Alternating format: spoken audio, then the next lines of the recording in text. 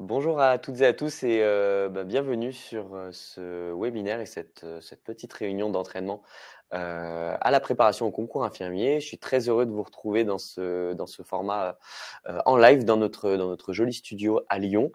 Hem, moi c'est Axel, du coup je suis directeur du programme, et du secteur du soin chez UPSO. Je vous propose d'attendre encore quelques petites, secondes. Voilà, si vous voulez, déjà interagir dans le chat pour nous souhaiter une bonne journée, c'est déjà pas mal et puis on prendra toutes vos questions nous, pendant ce petit direct qui va durer plus ou moins 1 heure entre la présentation de notre fonctionnement et bien sûr l'exercice de mathématiques pour vous tester aussi un petit peu aujourd'hui. Le temps aussi d'un petit peu patienter que tout le monde nous rejoigne. Je vous présente du coup avec moi aujourd'hui à distance ma collègue Lorraine, qui est donc infirmière depuis 7 ans, intervenante également chez nous, et qui va vous guider pour cet exercice de maths. Je te laisse y aller, Lorraine. OK, et ben, bonjour à tous. Effectivement, donc moi je m'appelle, Lorraine, je travaille, comme infirmière, et à côté donc je travaille également avec UPSO où j'interviens en tant que formatrice. On parlera un petit peu plus de mon rôle, et de ce que je suis amenée à faire, pour, vous accompagner dans la formation après, notamment en ce qui concerne tout ce qui est, du tutorat, répondre aux questions, corriger, les copies. Voilà, tout ça va vous être présenté, du coup, dans cette réunion. Voilà, et je répondrai à vos questions sans aucun souci. Parfait, parfait, parfait. On attend encore quelques secondes pour les retardataires, peut-être même 1 ou 2 minutes, et puis après, on va pouvoir démarrer ce live. Et puis nous présenter aussi un petit peu plus pour ceux qui ne nous connaissent pas encore. Également, c'est vrai qu'on vous a préparé un petit sondage pour déjà aller dans le vif du sujet sur le sujet du jour, le niveau en mathématiques. Je vous laisse soumettre le petit vote là qui normalement apparaît sur votre écran. Faut être honnête, hein. Le fait de mettre excellent ou très bon vous garantira pas nécessairement une place en prépa.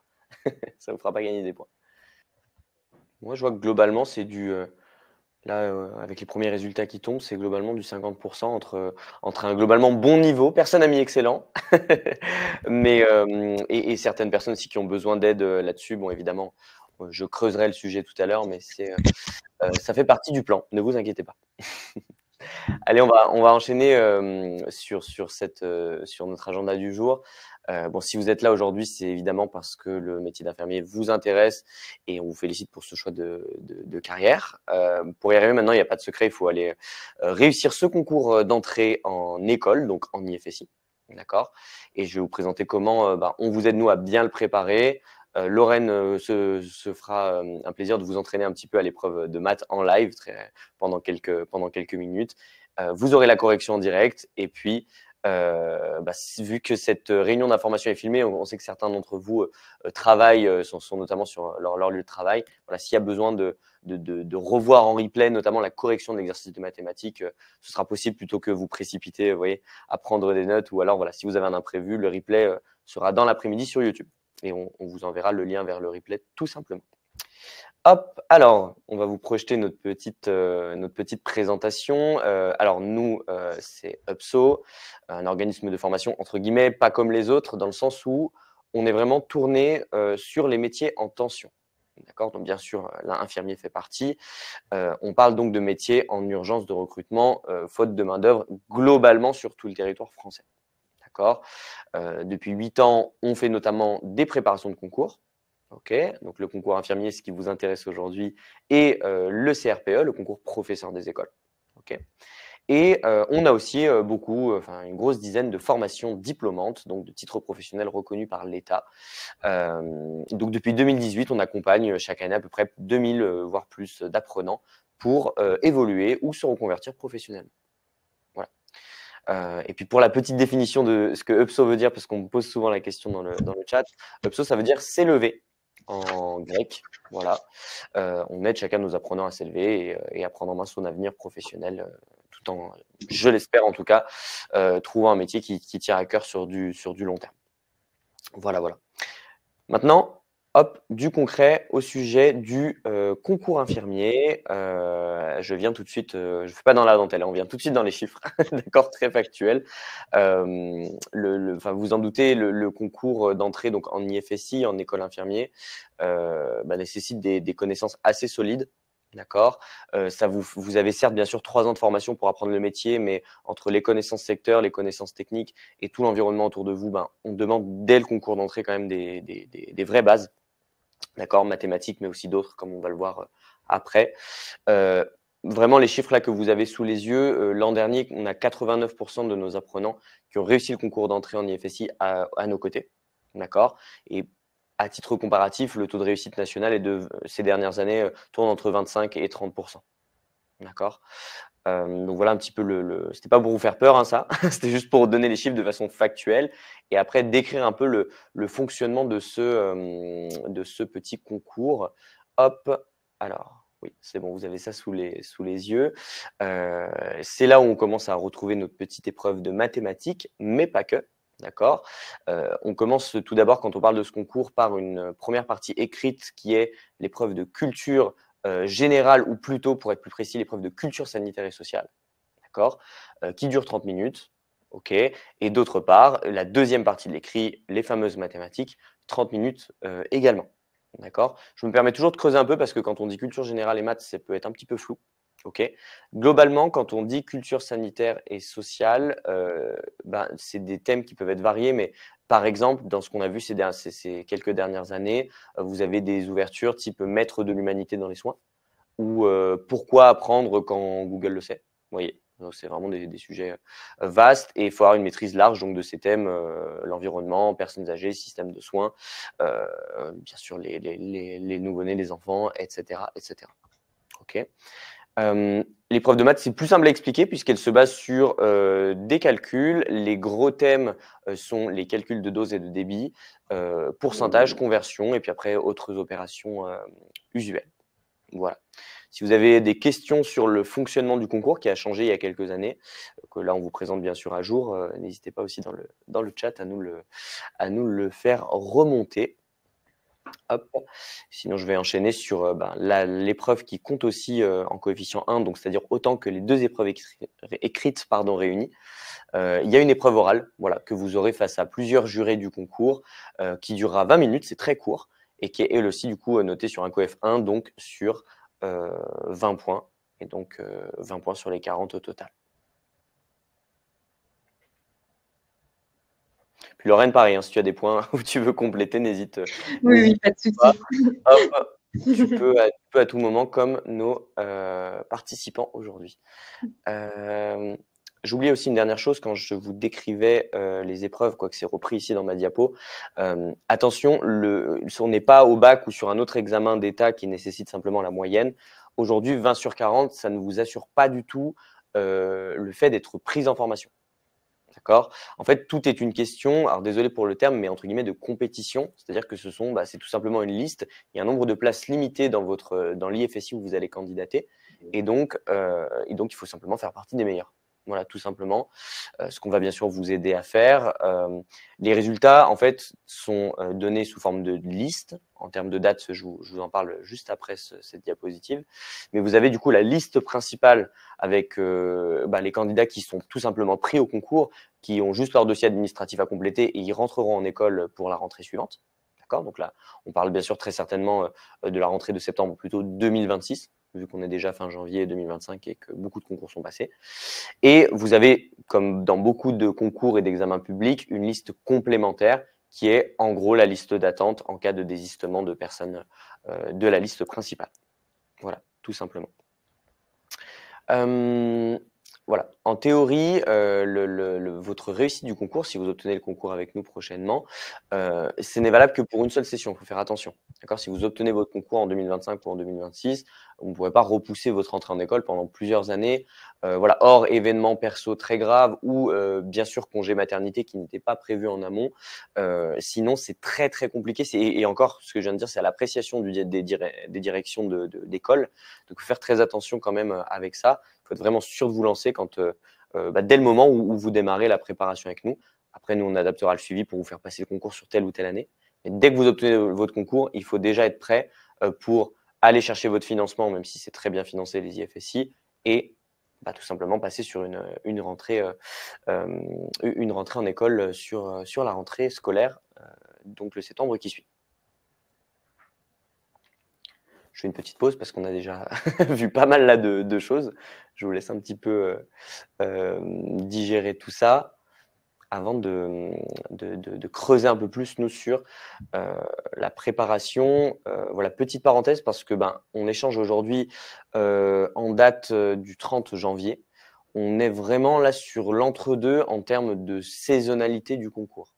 Entre le concours 2025 qui est vraiment en train de se terminer, voire qui s'est terminé déjà dans pas mal de régions, d'accord? Ou en tout cas, c'est plus possible de s'y inscrire quasiment nulle part en France aujourd'hui. Et un concours 2026 qui est encore assez lointain, mais où globalement, vu le volume de travail préparatoire qu'on demande, c'est pertinent d'en parler et de s'y inscrire dès maintenant, d'où d'ailleurs le webinaire qu'on va faire aujourd'hui, ok, dont l'exercice de maths également. Voilà. Sur le contenu là que vous pouvez voir sur la diapositive, aujourd'hui, on a environ 160, entre 170 et 200 heures de contenu selon votre profil, le besoin de mise à niveau, on est là-dessus, avec les apprentissages voilà, des grandes thématiques mathématiques, culture sanitaire et sociale, orale, d'accord, également la partie méthode qui est très importante, et puis on y rajoutera, je viendrai après, une cinquantaine d'heures de suivi, que ce soit avec des professeurs comme Lorraine ou le coach qui va vous suivre jusqu'à la fin de l'examen, tout simplement. Donc, comment est-ce qu'on a, nous, construit ce programme? On a travaillé avec des infirmiers et des infirmières, d'accord, des professeurs de mathématiques, des personnes qui sont calées en technique rédactionnelle, et puis bien sûr quasiment tous des jurys d'examen en vue de construire cette préparation au concours et d'exceller, je vous l'espère, à l'examen. D'accord. J'insiste également sur quelque chose dont je n'ai pas encore parlé, c'est que le but, c'est de vous préparer au concours, de le réussir, mais aussi de vous donner, entre guillemets, de l'assurance et de la confiance en vous pour votre entrée en école pour la première année. Normalement, il n'y a pas de trou dans la raquette. Quand vous avez suivi notre préparation, réussi le concours, vous pouvez aller les yeux fermés sur votre première année d'institut formation en soins infirmiers ou IFSI.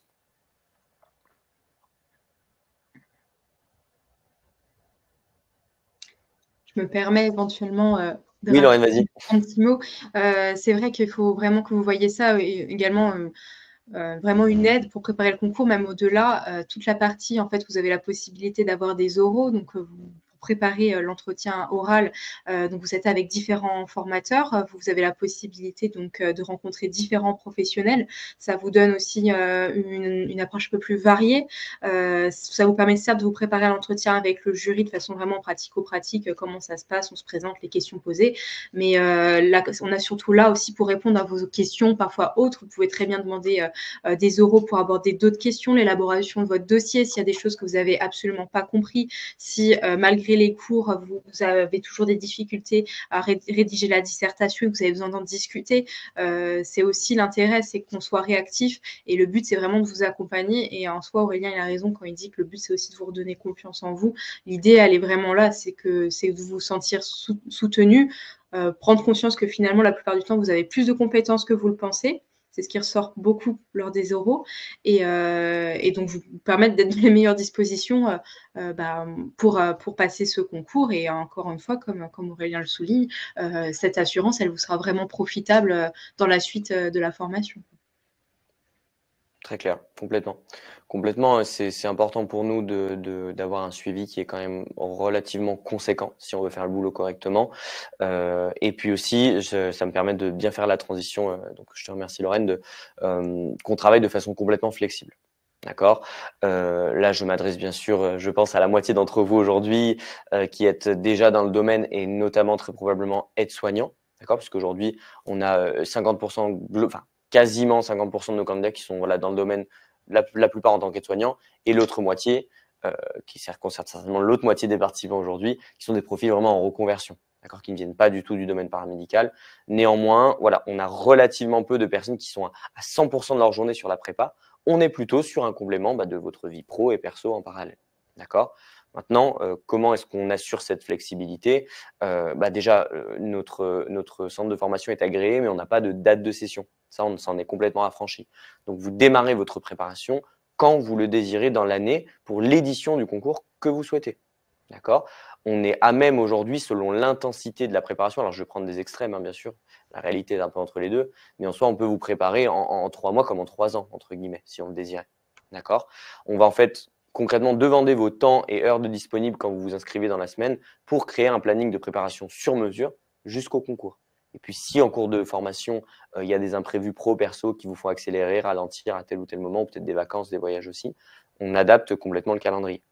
D'accord? Que vous soyez donc parent, salarié, demandeur d'emploi, voilà. On s'adaptera à votre profil, tout simplement. Le rythme, pareil, le rythme du cours horaire, vous l'avez compris, ça peut être du 3 heures semaine comme du 25 heures semaine. D'accord?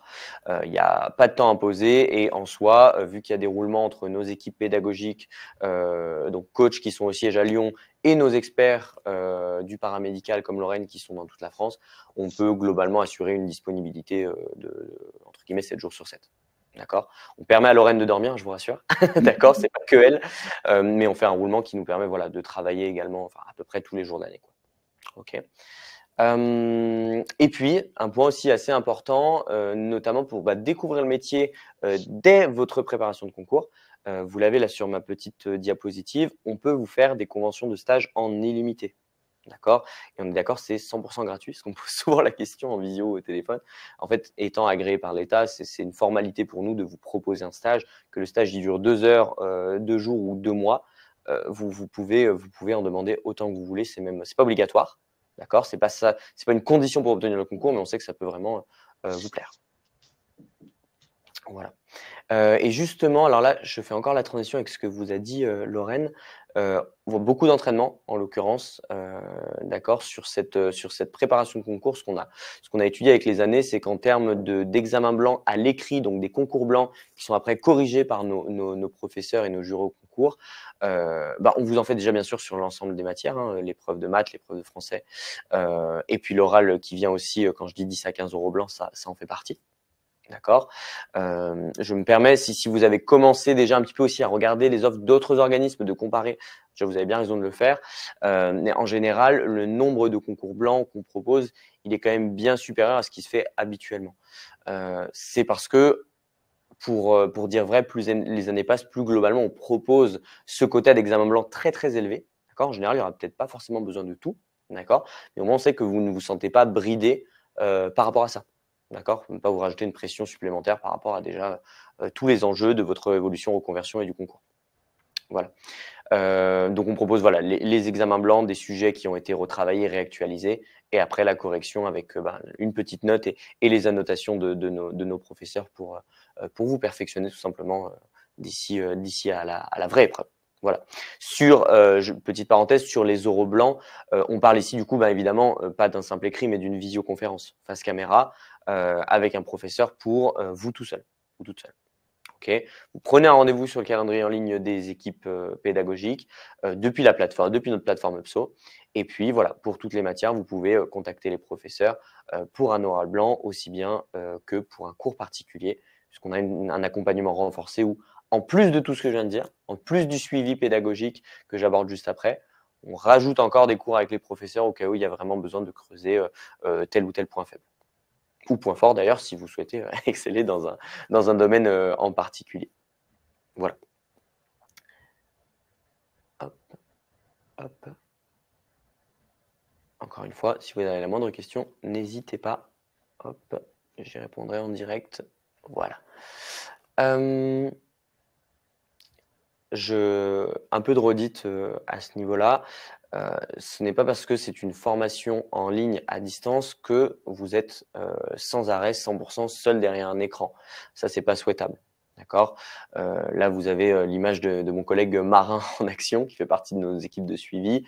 En gros, on a une grosse équipe dont il fait partie, qui sont des coachs en formation et qui assurent un suivi quotidien du début à la fin de la formation, d'accord? Donc de cette prépa, et ce sur tous nos programmes. Ça, c'est quelque chose qui c'est pas optionnel, quoi. D'accord? C'est le distanciel avec ce suivi, c'est idéal. En individuel, encore mieux. D'accord? Si on faisait juste du e-learning sans vous donner ce suivi quotidien, honnêtement, ça marcherait, mais ça marcherait 3 fois moins bien. Vous voyez?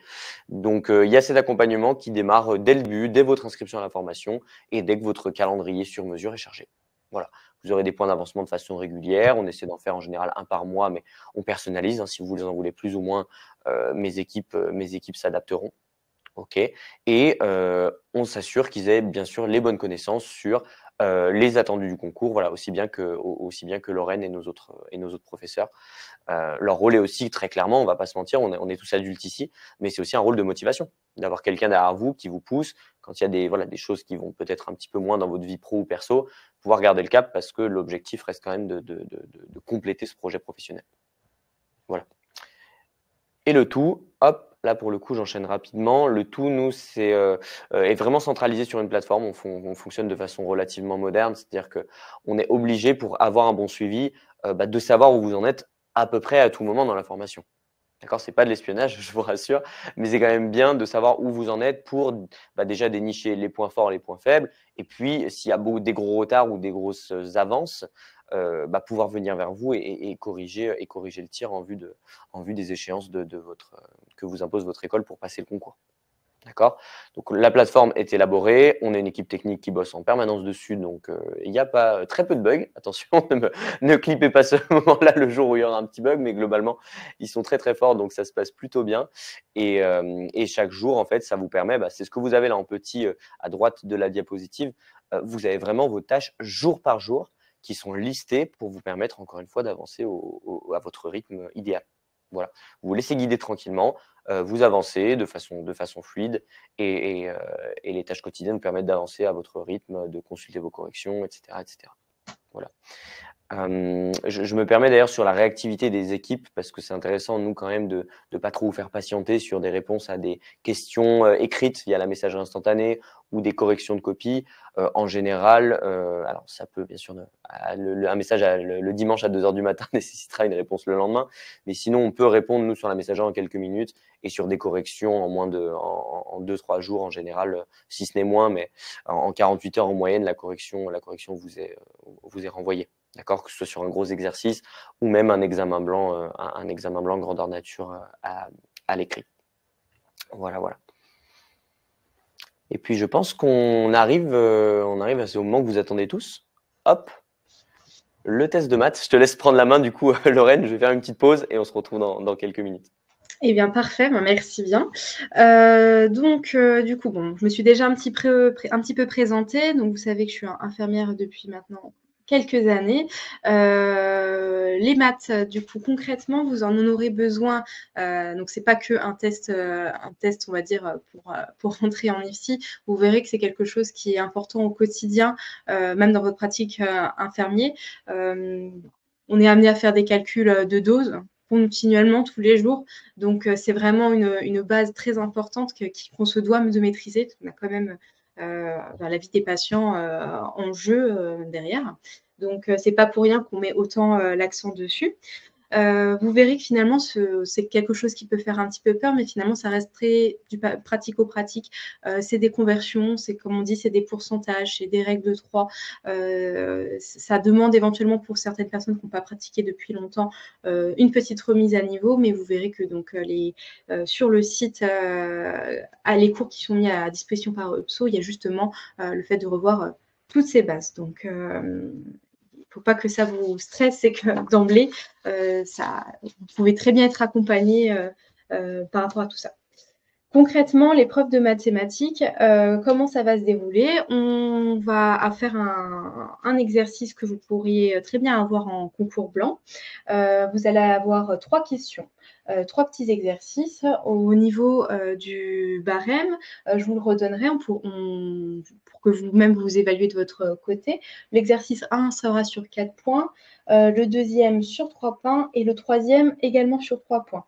L'idée, c'est que je vous présente les exercices, on lit ensemble les consignes, on l'énoncé, on regarde les questions qui sont posées et on vous laisse à peu près 5 minutes de votre côté pour essayer de répondre à la question. C'est pas grave si vous n'avez pas fini, vous pouvez intervenir à tout moment sur le chat. L'idée, voilà, c'est vraiment pour vous de tester un peu votre niveau. Oui, excusez-moi, j'avais oublié de déplacer la slide. Donc voilà, le but, c'est vraiment de tester votre niveau et sachant encore une fois que cette vidéo sera disponible plus tard pour vous permettre éventuellement de revenir sur certains points. Vous avez le droit à la calculatrice, donc n'hésitez pas à vous en servir.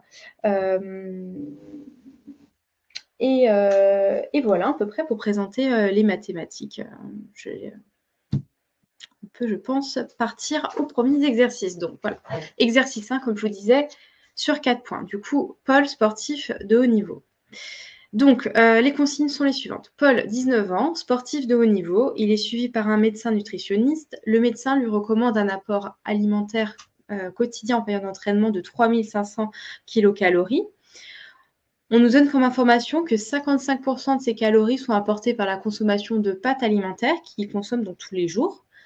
Ensuite, on nous donne comme autre information que dans 100 g de pâtes, nous avons 12,5 g de protides, 1,5 g de lipides, 76,5 g de glucides. Et on nous informe également que 1 g de protides correspond à 4 kilocalories, 1 g de lipides à 9 kilocalories et 1 g de glucides à 4 kilocalories. Donc ça, c'est vraiment les infos importantes. La première question, du coup, à partir des données qu'on a énoncées et qu'on vous a remis sur le côté de la slide, on vous demande de calculer la valeur calorique de 100 g de pâtes en lipides, protides et glucides, et du coup la valeur totale, à savoir vraiment dans 100 g de pâtes, combien il y a de lipides, de protides et de glucides en grammes. Et dans un deuxième temps, on vous demande de calculer la quantité en grammes et en milligrammes de pâtes alimentaires consommées chaque jour. Précise, le résultat est entendu avec 2 décimales. Vous ferez très attention pour les exercices de mathématiques et de façon plus générale après pour les concours. C'est souvent ces petites consignes qui peuvent parfois vous faire perdre des points, à bien tout lire. Là, il est précisé de donner avec 2 décimales le résultat. Parfois, les gens perdent des points très bêtement en oubliant et en arrondissant, par exemple, à l'unité. Donc voilà, faire attention à tous ces petits détails. On ne va pas aller sur la correction tout de suite. Donc, du coup, je vous laisse peut-être 5 petites minutes pour que vous puissiez, de votre côté, commencer l'exercice. N'hésitez pas à envoyer un petit message sur le chat si vous avez des questions pour qu'on y réponde. Et puis, dans quelques minutes, on commence la correction. Ok, je pense qu'on peut peut-être passer à la correction si on va avoir le temps d'aborder toutes les questions de cet exercice. Donc, correction. Calculer donc la valeur calorique de 100 g de pâtes en lipides, protides et glucides et la valeur totale, donc dans un premier temps. Pour ce faire, c'est très simple. Dans les informations qu'on a données précédemment, je vous rappelle, vous voyez bien que dans 100 g de pâtes alimentaires, on a 12,5 g de protides, 1,5 g de lipides, 76,5 de glucides et qu'en dessous, on nous donne les correspondances, à savoir que 1 g de protides égale 4 kilocalories, 1 g de lipides égale 9 kilocalories et 1 g de glucides 4 kilocalories. Donc pour ça, c'est très simple. On commence par calculer combien de protides il y a dans 100 g de pâtes. On sait que dans 100 g de pâtes, il y a 12,5 g de protides. On sait que 1 g de protides, ça correspond à 4 kilocalories. Pour ça, donc, on multiplie donc les 12,5 qui correspondent grammes de protides au 4 qui correspond aux 4 kilocalories. On obtient 50. Donc tout simplement, dans 100 g de pâtes, on a 50 kilocalories de protides. Donc très simple ce calcul, c'est de la logique. Et on procède de la même façon pour les lipides et les glucides. Dans 100 g de pâtes, nous savons qu'on a 1,5 g de lipides et que 1 g de lipides correspond à 9 kilocalories. On fait donc 1,5 fois 9, ce qui nous fait 13,5 kilocalories de lipides pour 100 g de pâtes. Et pareil pour les glucides, on sait que dans 100 g de pâtes, on a 76,5 g de glucides et qu'un gramme de glucides correspond à 4 kilocalories. Donc 76,5 fois 4, ce qui nous fait 306. Dans 100 g de pâtes, nous avons donc 306 kilocalories de glucides. Donc là, on a déjà répondu à la première partie de la question. On passe à la suivante qui est de savoir quelle est la valeur totale. Donc pour cela, c'est très simple. Vous allez additionner finalement les résultats obtenus précédemment, à savoir le nombre de kilocalories qu'il y avait pour les glucides, les lipides et les protéines. Donc 50 plus 13,5 plus 306, ce qui nous fait 369,5 kilocalories pour 100 g de pâtes. Voilà. Ensuite, on vous demande de calculer la quantité en grammes et en milligrammes de pâtes alimentaires consommées chaque jour. On précise encore une fois que le résultat est attendu avec 2 décimales. Pour ça, on doit revenir un petit coup sur l'énoncé. Donc, je me permets de revenir un peu en avant, où on précise que Paul, il a besoin de 3500 kilocalories par jour et que 5% de ces calories, elles proviennent des pâtes. Donc, là, c'est très simple. Le sportif, on sait qu'il consomme ses 350 calories, dont 55% des pâtes. On multiplie donc ces 3500 kilocalories quotidiens par 55% pour savoir de ces 3500 kilocalories combien concernent les pâtes. 3500 fois 55%, ça nous donne 1925. On sait donc que les pâtes, elles apportent 1925 kilocalories à Paul. Or, grâce au calcul précédent qu'on a fait, on sait que 100 g de pâtes, ça nous apporte 369,5 kilocalories. On calcule, on a 2 façons de procéder pour trouver la réponse. Je vais vous faire la première qui est notée ici. Je vous donnerai vite fait des indications pour la suivante. Ce qu'on fait, c'est qu'on utilise le résultat, le nombre de kilocalories qu'il y a dans ces pâtes pour la journée, à savoir 1925, qu'on divise par le résultat qu'on a, à savoir combien de kilocalories il y a dans 100 g de pâtes, c'est-à-dire 369,5. Ça, vous tapez ça sur la calculette. Si on arrondit à 2 décimales, on arrive à 5,21. Là, ce qu'il faut faire attention, c'est vraiment de vous dire que ces 5,21, c'est pour 100 g de pâtes. D'accord? Donc, il ne faut pas rester à ce chiffre de 5,21. Ce n'est pas des grammes, ça, c'est des grammes pour 100 g de pâtes. Donc, en fait, comme c'est des grammes, comme c'est pour 100 g de pâtes, on multiplie ce résultat par 100, ce qui nous fait, si on reprend le résultat des calculettes avec toutes les décimales, un résultat à 520,97 g de pâtes. Voilà. Après, on fait une conversion tout simplement pour obtenir le résultat en milligrammes. Donc ça, vous avez le résultat sur votre calculette. Vous décalez de façon très schématique la virgule pour obtenir le résultat en milligrammes, ce qui nous fait 520 974,29 milligrammes. Les conversions, on pourra refaire un petit point là-dessus. Dans tous les cas, c'est quelque chose qui sera abordé quand vous aurez les petits cours de remise à niveau avec EPSO. N'hésitez pas au début, si vous êtes un peu en difficulté par rapport à ça, à vous refaire un tableau au brouillon avec grammes, milligrammes, décigrammes et compagnie et placer votre résultat en fait dans ce petit tableau. Ça vous permettra très facilement d'avoir la conversion en milligrammes, en kilos, en grammes. Voilà, pour vous, ça peut être une petite aide. Je ne sais pas si je vous ai bien expliqué, si vous avez bien compris cette histoire, que c'est 5,21 pour 100 grammes et que du coup, il faut remultiplier par 100. L'autre technique qu'on peut faire, qui n'est pas précisée ici, c'est la technique, c'est le calcul en croix. On pourra revenir un peu plus en détail si vous voulez après pour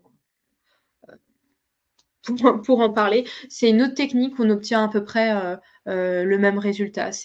On se fait un petit tableau pour savoir que dans 100 grammes de pâtes, on a du coup 369,5 kilocalories. On sait que nous, on a besoin de 1925 et en fait, on multiplie ces chiffres entre eux pour obtenir le résultat. On pourra revenir un peu plus en détail dessus si c'est quelque chose que vous souhaitez. On passe du coup à la deuxième question. Donc, toujours Paul. Il est conseillé à Paul de boire 1,5 litre d'eau lors de ses séances d'entraînement. Ce jour, lors de la séance, Paul a bu 75% du volume conseillé. On vous demande de calculer combien a-t-il bu en millilitres et en litres. Donc là, je pense que juste après, normalement, c'est la correction. Je vérifie, on ne regarde pas. Voilà.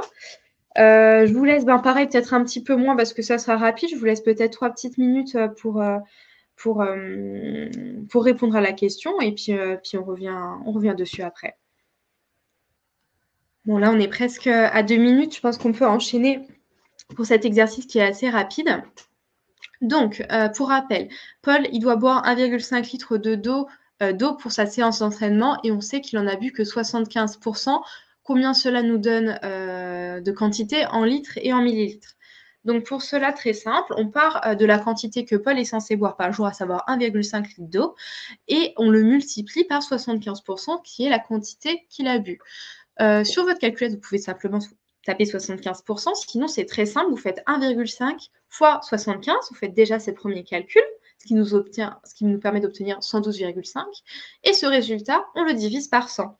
Donc ça fait bien 75%.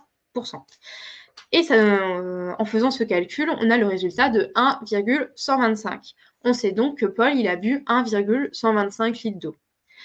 Donc ça, c'est pour la réponse en litres et on passe donc à la réponse en millilitres. Pour ça, ça rejoint un peu ce que je vous ai dit dans l'exercice d'avant avec les histoires de conversion. N'hésitez pas à l'écrire dans un tableau si vous avez besoin visuellement de voir. On sait que 1 litre, ça fait 1000 millilitres. Donc, là, vous avez 1 litre 25. Donc, vous convertissez 1 litre 25, 1 litre 125, pardon, ça fait bien 1125 millilitres. Voilà. C'est des petites conversions, il faut vraiment que vous ayez en tête, ça vous sera très utile dans votre futur métier. On est amené à manipuler que ce soit les millilitres, les milligrammes, à devoir faire des conversions entre milligrammes, grammes et compagnie. Donc vraiment, les tableaux de conversion, c'est quelque chose qu'il faut que vous ayez très bien en tête. Et encore une fois, n'hésitez pas à vous les réécrire un peu au brouillon au début pour vraiment bien les assimiler. Vous ne perdrez jamais trop de temps avec ça et ça vous rassurera et ça évitera une erreur très bête d'oublier juste un chiffre et qui fausse totalement tout votre résultat. On passe à la dernière question. Toujours Paul, donc, qui réalise un marathon de 42 km en 2h50. On vous demande de calculer quelle est sa vitesse moyenne par heure et par minute. Donc là, pareil, je pense qu'on peut se laisser quelques petites minutes. La question est quand même plus courte que la question 1. Je pense qu'on peut se laisser 2-3 minutes également pour que vous fassiez l'exercice. Et encore une fois, n'hésitez pas à interagir dans le chat si jamais vous avez des questions. Et voilà. Donc, je lance le chrono et je vous laisse faire l'exercice tranquillement. Bon, ça fait un peu plus de 4 minutes. Je pense qu'on peut du coup faire la petite correction pour cet exercice qui est pas très long. Du coup, on passe au suivant. Donc, quelle est la vitesse moyenne par heure et par minute? Pour ça, c'est très simple. Donc, la chose à toujours avoir en tête quand on vous demandera des calculs en calculant des vitesses et que vous avez des heures et des minutes, c'est bien de se rendre compte que, que dans une heure, on a 60 minutes et que donc la moitié d'une heure, c'est pas 0,5, c'est 30 minutes et que 30 minutes, du coup, ça fait à peu près 0,20, ça fait pas 0,5. Enfin, il faut vraiment avoir ça en tête, sinon vous allez fausser vos calculs. Donc, la première étape, c'est de convertir en fait les 2h50 en minutes et en heures décimales. C'est ce que je vous disais. Donc, on convertit les 2h50 en minutes. Donc, on sait que 2 heures, c'est 2 fois 60 et les 50 minutes, 50. Donc, on additionne 60 plus 50, ce qui nous fait 170 minutes. On calcule en heures décimales. On sait que du coup, 50 qui correspond du coup aux minutes, on les divise par 60, ça nous fait 0,83. Donc en fait, si on fait un rapport entre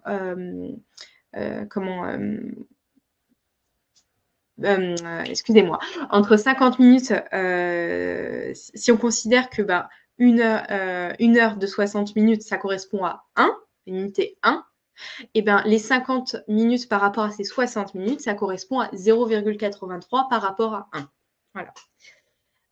Donc, en procédant de cette façon, on obtient le résultat que 2h50, c'est égal à 2. On reste une unité très simple, plus 0,83.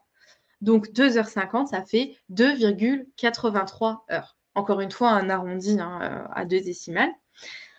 Une fois qu'on a établi cela, on peut calculer la vitesse en kilomètres par heure. Donc, on sait qu'il a fait 42 km qu'on divise et on divise par la durée du marathon. Donc, 42 km divisé par les 2,83 heures de son marathon, ce qui nous fait 14,84. On sait donc que Paul il a couru à une vitesse de 14,84 km par heure. Il nous demande par la suite de calculer la vitesse par minute. Donc, là, c'est le deuxième calcul qu'on a fait tout à l'heure, à savoir que 2h50 minutes, ça correspond à 170 minutes. Et dans ce cas-là, on calcule de nouveau les 42 km, mais qu'on divise cette fois par les 170 minutes, ce qui nous fait 0,25. Ça nous donne donc le résultat que Paul, il court à une vitesse de 0,25 km par minute. Voilà. Il faut toujours garder en tête dans ces exercices bien quel chiffre correspond à quoi. Là, les 42, finalement, ils changent jamais, c'est toujours des kilomètres, mais par contre, les minutes et les heures, elles sont différentes. Donc, quand vous procédez au calcul, il faut essayer de ne pas s'en mêler les pinceaux et de bien faire attention à quelles unités correspondent vos chiffres. Donc voilà, pour les exercices de mathématiques, c'est fini. Vous pouvez du coup, avec le petit barème qu'on vous a donné au départ, un peu voir quel est votre score. Pour rappel, la première question, elle était sur 4 points, la deuxième sur 3 et la troisième aussi sur 3. Ça vous donne une petite idée de votre niveau et des petits points un petit peu à approfondir ou pas, sachant qu'encore une fois, pas d'inquiétude à avoir. Je pense qu'on peut être tout à fait honnête en disant que dès qu'on rentre dans la vie professionnelle, c'est quand même pas des calculs qu'on est amené à faire tous les jours. C'est aussi l'intérêt de la formation finalement avec EPSO, c'est de faire cette petite remise à niveau au final. Voilà, je ne sais pas si Aurélien veut ajouter quelque chose pour les mathématiques. Pour l'instant, j'ai fini en tout cas. Non, déjà félicitations à tous, je vois que vous avez bien travaillé. Lorraine ne vous a pas fait chômer. Donc on s'est testé nous un petit peu aussi derrière la caméra, c'était pas si simple, donc non, très, très bien. On a également un petit sondage pour voir de toute façon votre niveau, les notes, donc c'est très bien. On va aussi dans quelques minutes vous envoyer le lien là qui va être sur l'écran pour prendre rendez-vous avec moi ou mes responsables d'admission qui s'appellent Eric et Amaury sur le sujet. Pour creuser un peu plus sur cette partie mathématique et plus généralement tout ce qu'on a pu survoler aujourd'hui. On reste un peu dans les chiffres, si vous voulez bien. On a, nous, sur cette préparation, en fait, et d'ailleurs, honnêtement, sur tous nos programmes, on voit chez EPSO 2 types d'accompagnement. D'accord. Pour mettre toutes les chances de son côté, on a plutôt l'accompagnement classique préparation 2025 qui, nous, est au budget de 1 400 €, où globalement, ça dépend aussi de votre ressenti, de ce que vous attendez du suivi, mais c'est plutôt pour les personnes qui sont déjà dans le paramédical et qui veulent évoluer vers le métier d'infirmier. Alors que la préparation qui est un petit peu plus chère, qui coûte 1 700 €, est plutôt vue pour les personnes tout simplement en reconversion et qui partent forcément de plus loin. Et on fera un suivi, une remise à niveau un peu plus poussée, puisque c'est ce dont vous avez besoin. Voilà, c'est globalement comme ça qu'il faut voir ces 2 accompagnements, même si, encore une fois, vous pourrez creuser quand on sera en rendez-vous à 2 ou bien avec moi ou mes collègues Eric et Amaury qui gèrent aussi ce pôle avec moi. Mais en tout cas, on réfléchit et on met toujours en place l'accompagnement qui vous convient et que vous décidez avec nous. Sur le financement du programme, c'est toujours un sujet du coup quand même très important. Étant certifié par l'État et ayant de l'expérience sur le sujet, on a globalement un peu tous les types de financement qui sont possibles et imaginables sur une préparation de concours. Mais vous avez sous les yeux les 3 grandes possibilités, que sont vos fonds propres, les droits formation, donc le CPF, d'accord, aussi connu sous le nom de moncompteformation.gouv, voilà. Et troisièmement, évidemment, le financement France Travail, notamment pour les demandeurs d'emploi, sous forme de ce qui s'appelle un devis AIF, un devis d'aide individuelle à la formation. Voilà. Donc le paiement, peut se faire sur les fonds personnels en plusieurs fois. La grande majorité de nos apprenants utilisent leur CPF puisque, pour une prépa concours, uniquement les prépas qui sont certifiées par l'État comme la nôtre, on peut prendre, un peu plus de la moitié, en général 60 du montant, avec le CPF. 100 c'est pas possible, ça n'existe plus depuis début 2022, d'accord? Depuis 3 ans, c'est plus légal de faire ça. Par contre, 50, enfin ou un peu moins si vous avez moins de droits, mais une grosse moitié de la formation, en tout cas, est prise en charge avec vos droits formation si vous les avez cotisés. Voilà. Et France Travail, tout dépend des régions de votre situation, mais ça, mes collègues et moi pourrons vous renseigner de façon plus précise quand on sera en rendez-vous directement. Voilà. La recherche de financement, c'est aussi un petit peu le métier de notre côté. Du coup, bien, on va conclure aujourd'hui avec tout simplement la possibilité d'échanger avec nous directement. D'accord? Donc, vous avez nos petites photos juste ici, et puis la possibilité que mon collègue vous donne là de prendre rendez-vous pour qu'on puisse se retrouver en direct. Et puis pour conclure, voilà, je voulais savoir s'il y avait des petites questions qui restaient. Je vais de nouveau ouvrir le chat. Mais sinon, du reste, je pense qu'on est tout bon pour aujourd'hui. Je ne sais pas si. Hop, j'attends un petit retour de votre côté. En tout cas, on a été très heureux, nous, de partager ce moment avec vous. Peut-être donner l'envie à ceux qui s'interrogeaient encore de présenter ce concours infirmier. Et puis, moi, est-ce que vous souhaitez une très belle fin de journée, une bonne fin de semaine. À bientôt.